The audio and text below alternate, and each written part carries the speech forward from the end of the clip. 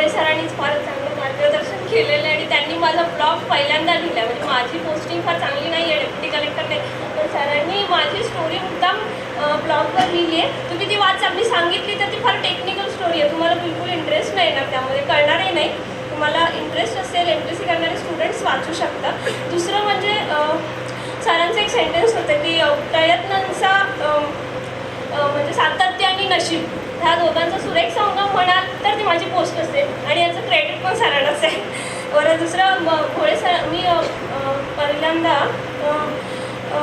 मी UPSC म्हणून start केलं, पण इन बिटवीन मी UPSC मेन्स दिले आणि STI म्हणून जॉईन झाले. नंतर माझा स्टडी थोडा कमी पडायला लागला.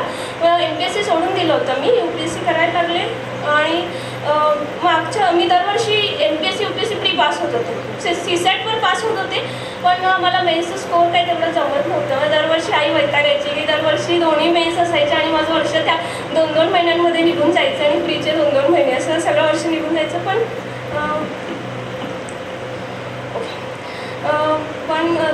तरी पण मी कधीतरी केलाच विचार करायचे आणि ते ह्या वर्षी झालं. मागच्या वर्षी माझी UPSC मेन्स अगदी 5-6 मार्क्समध्ये गेलेली. इंटरव्ह्यूचा कॉल केला आणि तो 1,500पैकी होता, 1,500 मार्क्सपैकी 5-6 मार्क्स आणि DYSP पोस्ट पण 1 मार्क्सने गेले. ते सरांनी सगळं ब्लॉगवर अगदी व्यवस्थित डिटेल टाकलं आहे. तर त्यानंतर मग मी पुन्हा यावर्षी दिलं आणि ते स्टोरीमध्ये दाखवलं. तसं मी अगदी म्हणजे अनिश्चितता होती फार, पण सरांचं त्यांचंच असं म्हणणं होतं की मी तहसीलदार होईल आणि तसं झालं. म्हणजे मला कधीच विश्वास असा फार वाटत नव्हता त्याबद्दल. आणि सरांनी इंटरव्ह्यूची प्रिपरेशन खूप चांगली केली. ग्रुप स्टडीचा खूप फायदा होतो. एकटी प्रिपरेशन फार चांगली होऊ शकत नाही आणि सरांनी म्हणजे स्टुडंट्सना टॉपिक्स वाटून दिले जायचे आणि त्याच्यावर ते व्हायचं आणि बाकी बऱ्याच ॲक्टिव्हिटीज व्हायच्या इंटरव्ह्यूच्या ग्रुपसाठी, त्या फार इम्पॉर्टंट होत्या. त्यानंतर ते MPSC आणि UPSCची थोडी टीका होत होती. मी दोन्हीकडे पण मेन्स वगैरे दिल्या आहेत, तर मला असं वाटतं की दोन्ही तितकंच अवघड आहे. म्हणजे MPSC मराठीत असतं आणि UPSC इंग्लिशमध्ये असतं, किंवा MPSCची मुलं थोडे खेड्यातून वगैरे आलेली असतात, मराठी बॅकग्राऊंडचे असतात, मराठी मीडियमचे असतात, त्यामुळे थोडं कॉम्प्लेक्स येतो त्यांना. आणि UPSCची मुलं ही बऱ्याचदा डॉक्टर, इंजिनियर किंवा असं चांगलं हाय प्रोफेशनमधून येतात. तर परंतु दोन्ही तितकंच अवघड आहे.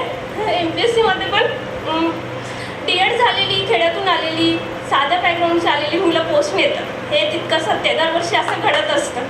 तर ह्यावर तुम्ही असं कधी लेखू नका की हा मुलगा हुशार आहे, तो UPSC करेल आणि MPSC करेल. UPSCची मुलं MPSC करायला लागली तर त्यांना अनुभव येतात. तुम्ही इतर मुलांचे अनुभव पण ऐका आणि माझंही तसंच झालं आहे. सो बिवेअर ऑफ त्या गोष्टींकडे असं लक्ष देऊ नका.